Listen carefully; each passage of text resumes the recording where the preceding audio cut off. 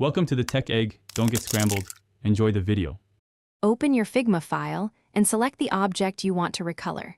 Look to the right Properties panel and find the Fill section near the top. Click the color swatch to open the color picker modal with multiple controls. Enter a hex like #FF6A00 or use HSL and RGB fields for precision. Adjust alpha to set opacity and click outside to apply your choice. Use keyboard shortcuts like K to open the eyedropper quickly for sampling colors. Remember that fills stack, and you can add gradients, images, or multiple fills. Select multiple objects by shift-clicking or dragging a marquee around them in the canvas.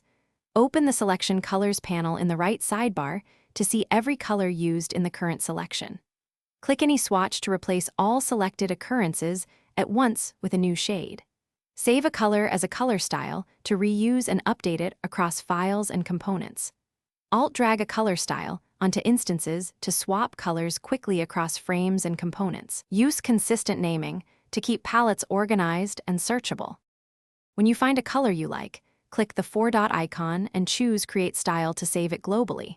Name the color style clearly so teams can reuse it across files and components. Apply the style to fills, strokes, and effects to maintain consistent branding and save editing time. Edit the color style later to update every linked component and instance automatically. Check contrast ratios against white and black to ensure accessibility before finalizing palettes. Finally, group related styles into folders and export a swatch PNG or share the file link with collaborators. Thanks for watching. Consider subscribing if I helped unscramble your problems.